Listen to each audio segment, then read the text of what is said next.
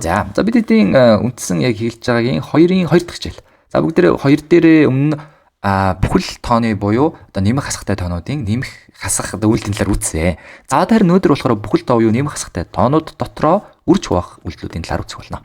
За өмнөх хичээлүүдийг ер нь үрж хуваахын талаар ойлгохгүй байвал манай натурал тоон дээр буюу эрг бүхэл тоон дээр хийсэн үрж хуваахын талаар тайлбар үзээрэй. За бүхэл тоо гэдэг бол ерөөхдөө за 2 хасах 3 ч юм уу те. За тэг ч юм уу. Ингээд эрг бүхэл болон сүрэг тоонуудыг оруулаад ирсэн. За энэ дээр ерөөсөө үрж хуваах бол маш амархан заяа. Яах вэ гэхээр ижил тэмдэгтэй байвал буюу нэмэх эсвэл хасах тэмдэгтэй л байвал шууд нэмэх гарна л гэж үзэж байгаа үржүүрнэ. Тэмдгийн тухай ч за харин эсрэгээрээ буюу нэмэх хасах эсвэл хасах нэмэхтэй ийм тохиолдол байх юм бол манай үржүүр болон хуваалтын тэмдэг хасаал гарах хэрэгтэй. За тэгээ үрж хуваах үйлдэл бол бүгд мэдчихэж байгаа шүү дээ. За бүгд ингэж шаав. 4-ийг үрждэг нэ. За үржийг ингэж авчих ойлгомжтой. За нэмэх 4 шүү. За үрждэг нэмэх 5. За тэмдгийг тодорхойлоод байгаа учраас ингэж бичсэн. За зүгээр энэ бол 4-ийг үрждэг 5 л да. Тэгэхээр 4 5-ын 20. За бүгдээрээ бас хүрдний мэдлэг хэрэгтэй болж байгаа. Хоёулаа адилхан тэмдэгтэй байгаа учраас 20.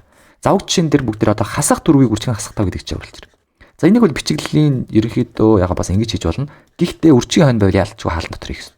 За 4 5-ын 20. Тэгээд хасах буюу адилхан тэмдэгтэй байгаа учраас нэмэх 20. За нэмхийг бол заавал бичээд авах шаардлага байхгүй шүү дээ.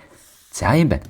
За одоо тэгвэл эсрэгээр яг саяныхаа чиг авчаа заяа. Эхнийх нь нэмэх 4 үрждэг нь хасах 5. Ийм байвал яах юм бэ гэхээр 4 5-ын 20 ч дээ. Тэгээд тэмдгүүд нь эсрэг байгаа учраас ямар ч байсан хасахаар гарах хэрэгтэй. Тэгээд 4 5-ын 20 гэдэг утга маань орж ирнэ. Энэ бол хасахаар гарч ишүү. За тэгвэл эсрэгээр хасах 4-ийг үрждэг нь нэмэх 5. Энэ ахаал ялгаагүй. Ахаад тэмдэг нь эсрэгээрээ байна. Тийм учраас ямар ч тэмдэгт хасах гарах хэрэгтэй. Тэгэл үржүүр нь хэдин бэ гэхээр 20 шүд.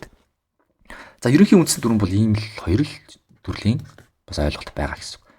За тэгээд үрж хуваах дээр бол бүгдээрээ ерөнхий тайлбарыг авсан. Тэгээ багцалдаг те эсвэл нийлүүлээд хідэн багц үсгэж байгаа гэдэг талаар ярьдаг гэсэн. За тийм байна да. Тэгээ энэ дээр холбоотой өөр асуултууд байвал шууд комент дээр өчээрэй. Тэгээ багш найлуулах хариулгыг хичээнэ. Тэгээд бүгдээрээ дараагийн хичээлээр одоо бүгдээр буцаагаар багцаа болсон байна. За тэгэхээр энэ хүртэл ойлгоход бид нар бараг биш те.